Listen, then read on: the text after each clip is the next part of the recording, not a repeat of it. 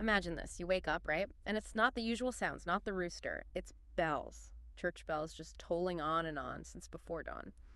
And it's not for prayer. It's for death. It's October 1348. The Black Death, this terror that's been emptying cities, taking whole families. It's finally hit your tiny remote English village. It sounds like something straight out of a history book, but today we're actually diving into a first-person account, a really harrowing, very intimate story of survival from one of the darkest times ever. Welcome to the Deep Dives. We're exploring this incredible narrative called The Last Dawn, a Black Death survival story. And this isn't just, dates and facts. It's a deeply personal journey, a world completely turned upside down. Our goal here is to pull out those powerful lessons about human resilience, definitely, about how fragile a society is, but also how it gets rebuilt piece by painful piece. And the strength of community, right? You'll get a real shortcut to understanding this pivotal moment. Not just what happened, but really how people managed, how they adapted, innovated, somehow clung to hope when, honestly, everything seemed lost. So The Last Dawn just throws us right in. Millbrook Village, October 1348. And the world they know it crumbles fast. The narrator, just a farmer's kid, describes this weird autumn air. A strange sweetness, they call it. The smell of too many flowers, too many funeral wreaths. Ugh. And the first real sign, little William, the miller's son, only 12, found with those dreaded swellings, black as coal. It's just this instant terrifying shift from feeling safe one day to this overwhelming dread the next. What does that suddenness, that speed tell us about how crisis doesn't just break buildings, but, the trust between people? Oh, it shows it vividly. I mean, the psychological impact is almost immediate and just as devastating as the disease itself. You mentioned the sensory detail. Yeah, the bells, the smell. Exactly. That grounds you right in the middle of the terror. It's not news from far away anymore. It's right there. In your village, you can smell it. And that forces this almost primal retreat. Self-preservation kicks in, and the social fabric just shreds overnight. Trust becomes, dangerous, a liability. Right, and so with death spreading like wildfire, the narrator's father makes this gut-wrenching decision. We need to leave today before it spreads further. Think about the weight of that. Abandoning a home that's been in the family for 3 generations, leaving literally everything you've ever known, it's immense.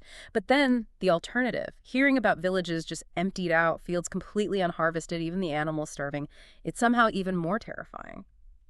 When you're faced with a choice like that, your whole history tied to the land, what does that really show us about, I guess, the ultimate human drive? Well, it highlights survival, doesn't it, as the absolute priority. It seems to override even those really deep cultural, emotional ties, the connection to land, to heritage.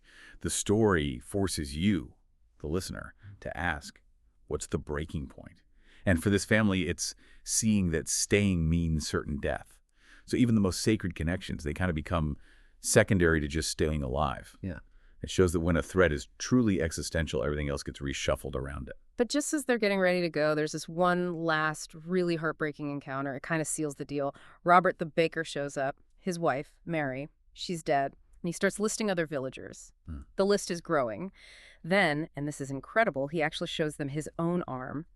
There's a swelling, smaller than an egg, but unmistakably the mark of the pestilence. He knows he's dying, and he tells them, get out while you still can. It's just, wow, such raw humanity right there, facing death. But is that kind of altruism, sustainable? Can you rebuild on that? Or is it more like a flash, an amazing but fragile moment in the chaos? That's a really important distinction to make. Robert's act is, it's profoundly courageous on an individual level, isn't it? Almost like a final, desperate shout-out for community values as the community itself is dissolving. It definitely speaks to something deep in us, that capacity for compassion, even when every instinct screams self-preservation. But you're right, a single act like that, however powerful, it doesn't automatically rebuild a whole society. It might be the spark, maybe, but it's not the sustained flame. The real challenge, as the story shows, is turning those moments into something more systematic, cooperation. Yeah, okay. So the family leaves, they start walking north on this dirt track, and the village they leave behind, it's horrifying. Smoke from at least 3 cottages, bodies wrapped in sheets, completely unrecognizable. And as they travel, they meet other refugees, also desperate. But these meetings aren't about helping each other. They're filled with suspicion, with fear. The narrator says trust has become a luxury. It paints such a bleak picture of society just breaking down to its most basic fearful elements. Absolutely. That act of fleeing, even though it's necessary for them, it strips away all those layers of social connection, of infrastructure. Hmm. Roads that used to be for trade, for visiting family, now they're just pathways of fear. Yeah. And that lack of trust, it's not just an emotional thing, it's a practical barrier. It stops any kind of collective action. You can't share resources, you can't work together for protection if you suspect everyone you meet. Every encounter is a potential threat. And that isolation, ironically, makes everyone even more vulnerable. So after 2 really hard days, the family finally gets to Uncle Hugh's place. It's this isolated mountain farm, a cluster of stone buildings nestled in a natural bowl, Good. and the relief is just huge. You can feel it. Warmth, dry clothes, Aunt Mary's cooking. It must feel like paradise after what they've been through. A break, right? But the plague's shadow, it reaches even here. He's already heard the rumors. So yeah, it feels like sanctuary, but the outside world is definitely creeping in. Exactly. And that moment really shows that just being geographically isolated, it's only a temporary shield. Mm-hmm. Information, especially grim information like this, it finds a way through. Mm-hmm. And Hugh, the story calls him a practical man. He gets this straight away. Mm. His reaction isn't just relief, like, oh, good, we're safe now. No, it's immediate preparation. He understands this refuge isn't passive. It needs defending, needs planning, if it's going to last. And the news they get just confirms the worst, doesn't it? A priest passes through, then a merchant, and the picture they paint is horrifying. Civilization in complete collapse, whole regions falling silent. Mhm. They realize this isn't just some disease that'll eventually burn itself out. It's described as something that has fundamentally changed the nature of human existence. Wow. It's one thing to mourn people, but to realize your whole way of life might be ending. Yeah. How does that change things? How does that reshape how you even think about a crisis? Well, it shifts it from personal tragedy, losing loved ones, to something truly existential, that slow dawning horror that this isn't temporary. This is a reset. Right. That's a critical turning point for everyone there. The grief expands. It's not just for the dead, but for the entire social contract, the shared culture, everything they took for granted. And Hugh's actions show he gets it. He starts quietly stockpiling food, checking supply. Right. He's not just getting ready for winter anymore. Exactly. He's getting ready for a world without the old rules, without the old systems. And that understanding leads to a really crucial change. Hugh starts teaching the narrator and their father how to shoot a hunting bow and crossbow. So this place he chose for solitude. Now it's becoming a fortress against a world gone mad. That's a complete shift in what being prepared even means, isn't it? It absolutely is. The skills you need to survive just change completely. Before, maybe it was about farming or haggling at the market or knowing the local lord's rules. Well, now it's defense. Defense, self-sufficiency, finding food, securing what you have. It's a total reordering of priorities. Protecting yourself and your family becomes number one because there's no one else, no system to rely on. And then, just to hammer home how unpredictable this all is, a lone traveler, dying, makes it to their farm. And he brings this chilling story, a monastery nearby. You'd think walls, prayers, they'd be safe, right? Nope. Entirely wiped out by the plague. In 1 week, they found the abbot clawing at the stone floor. The story says flat out, nowhere is truly safe. The enemy isn't just the disease, it's the randomness of fate itself. That's such a brutal detail. Even faith, even seclusion offers no guarantee. It really is a gut punch, like you said. Yeah. Because it just demolishes any lingering idea that you can find perfect protection, whether through God or through human cleverness. The monastery, the symbol of order, of spiritual refuge, it falls just as fast as any village. It forces them and us to confront the sheer indiscriminate power of something like this. It deepens that sense of vulnerability, the terrifying idea that who lives and who dies feels completely arbitrary. Control is just an illusion. So winter hits properly, snow isolates them completely, and this deep grief sets in. Not just for the dead, but the narrator talks about mourning the lost self, the person they used to be before all this. Yet even in that despair, routines start to form. Morning milking, evening prayers, sharing meals.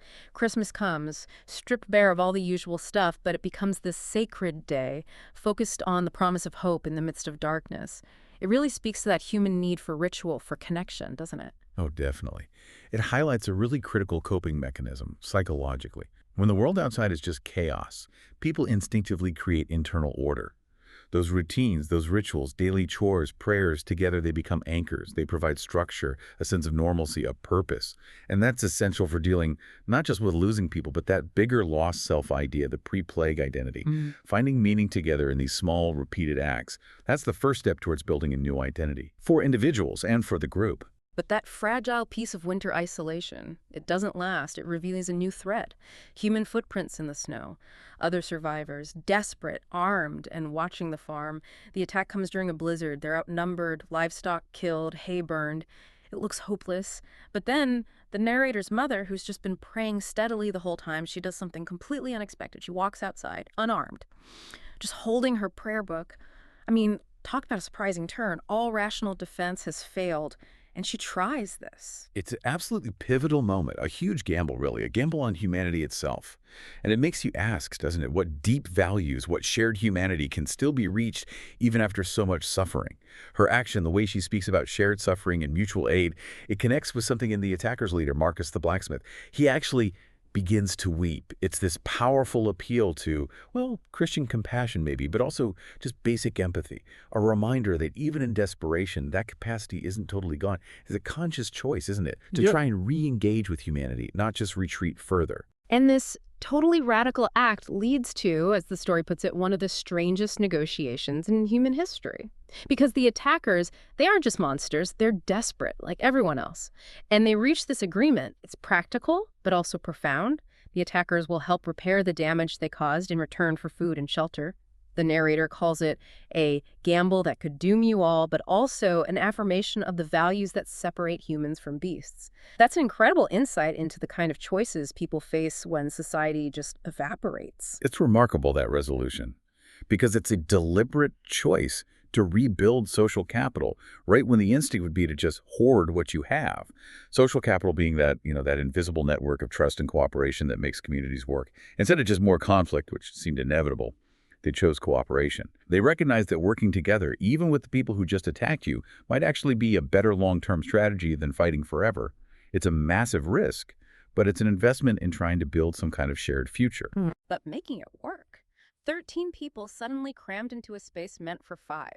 The story says it was difficult beyond description. Food is tight, no privacy, tempers must have flared constantly, and yet, somehow, it works. Marcus, the blacksmith, turns out to be really skilled. Others are good hunters. The women manage the food, the clothing. The narrator discovers new things in themselves: endurance and adaptation and hope. Kids who lost their parents find new families. It really shows how hardship can maybe force you to find strengths you didn't know you had and build these really unexpected bonds, a new kind of family almost. Absolutely. That period really shows how crucial human capital actual skills becomes when everything else falls apart. Blacksmithing, hunting, knowing how to preserve food. These aren't just jobs anymore. They're vital community assets. And yes, the difficulty of living together forces everyone to reevaluate their roles, find new ways to contribute, often uncovering hidden talents, and the way they take in the orphaned children, forming new family units. That shows this deep human need for belonging, for care. It demonstrates how even basic social structures can flex and reform under extreme pressure. It's like grassroots social reconstruction happening right there. And as the winter goes on, there's another shift. The stories people tell around the fire at night, they stop being only about the past, about what was lost. They begin to include the present, the small victories and discoveries and relationships that have emerged from the ashes. People start to imagine a future again. That feels like a really significant psychological step, right? Oh, it's absolutely critical, both psychologically and sociologically. Storytelling here becomes this active communal tool. They're not just mourning the past anymore. They're literally building a new shared narrative about the present, and crucially, about what could be. That shift from looking backward in grief to looking forward, even tentatively, imagining a future, that's essential for any group, any society, to pull itself out of a crisis. It's how you rebuild collective identity, how you rekindle a shared sense of purpose. Then March arrives. Spring. Warmth. The promise of things growing again. And the first traders show up. The news they bring is mixed, still ghost towns out there, yes, but also signs of recovery elsewhere. And these traders, they're apparently really interested in this little community on the mountain. They see it as a miracle of cooperation. Standing on a ridge, the narrator looks down and sees not just a farm anymore, but the beginnings of a real village. They realize they've become founders. That's quite a transformation, from running for their lives to building a new society. It must have been both exciting and terrifying. It truly is a pivotal moment. It marks that shift from just surviving day to day to consciously building something new. And getting that external validation, being seen by traders as a miracle of cooperation, that's huge. It confirms that their experiment in trust and cooperation actually worked, that it stands out in this shattered world. It solidifies their new identity, not just refugees anymore, but founders with all the responsibility that comes with that. But then comes maybe the biggest test. More refugees arrive. Now there are nearly 30 people, resources are stretched thin again, the balance feels really delicate. But turning away fellow survivors is just unthinkable. Right. So they decide somehow they have to make it work. They stick to the values that got them through the winter. That decision, choosing compassion even when things are scarce, feels really important. It's incredibly important. It reflects a core element you see in societies that bounce back. That ability to practice altruism, to expand care beyond just your immediate family or initial group. It's a powerful statement that their collective vision, this idea of mutual aid they've built, is strong enough to override the fear of scarcity. It cements the community's identity. This is who we are, a place of refuge. It sets a moral foundation for everything that comes after. And the valley really does transform. You see new shelters going up, gardens expanding. The narrator finds themselves taking on leadership responsibilities. Kids are learning trades. Adults are forming partnerships. The elders become the keepers of knowledge. And then the first wedding. Marcus, the former attacker, marrying Sarah. The narrator's mother performs the ceremony. It symbolizes this deliberate commitment forged in the crucible of shared hardship. It feels like the birth of a real society, doesn't it? A proper social contract being formed. It absolutely illustrates that rebuilding of the social fabric. It's moving beyond just what's necessary for survival to intentionally creating a community structure. The wedding is such a potent symbol of that. It's future-focused. It reestablishes cultural norms, creates formal bonds. It's not just about two people. It's about weaving the different groups of survivors together. Doing something like that, under those conditions, it's a massive act of hope. It speaks volumes about the drive to create order, connection, a future. Then the harvest in August is unexpectedly good and abundance, and this sparks new thinking. Maybe we can trade with other survivor communities. The narrator volunteers for the first expedition. They're not a refugee anymore. They're an explorer and ambassador.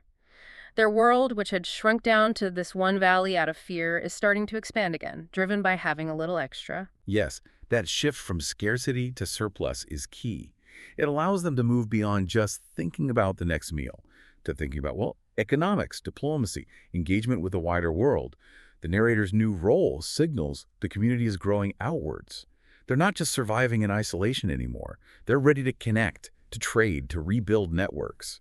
It's a vital step in reconstructing something bigger, something more like a civilization. And what they find on that expedition is fascinating. A world that's both better and worse than they imagined. Ghost towns, yes, but also other communities recovering. Even signs of normal commerce starting up again. And crucially, they find other communities like your own, little pockets of survivors, each figuring things out in their own way. And together, these pockets form the foundation of what might eventually become a new civilization. So it's not just their valley in isolation, it's this network starting to connect across the landscape. Wow. Exactly. And that really raises an interesting point about how societies actually recover after a massive collapse. It might not be grand, top-down institutions being rebuilt first. Instead, it's these smaller, decentralized nodes, these intimate relationships, as the source puts it, of people who have chosen to trust each other with their lives. These little communities, these foundations, become the building blocks. They learn from each other, they connect, they adapt, and collectively they start shaping what comes next. It's real grassroots resilience. So the narrator returns to the valley, feeling this profound sense of genuine community bonds. Another winter is coming, but this time there's cautious confidence. They've learned, the story says, to think in terms of legacy and continuity. They're actively building a world that they hope will be more resilient and more humane than what came before. It's such a powerful arc. From utter despair to this kind of hopeful determination, this whole deep dive into the last dawn, it really shows us humanity's incredible capacity to adapt, doesn't it? To find new meaning when everything is shattered, to somehow find hope even when things seem impossibly dark. It's a powerful reminder that sometimes, even out of the worst losses, something stronger, maybe more connected, more fundamentally human can actually be built. So as you think about this journey, maybe consider this. What challenges in our own lives or in our world today feel insurmountable? Could they also, maybe unexpectedly, be forcing us to forge blueprints for a future that's more resilient, maybe even more humane? We always focus on what's lost in a crisis, but what new connections, what essential ways of being might we actually be gaining?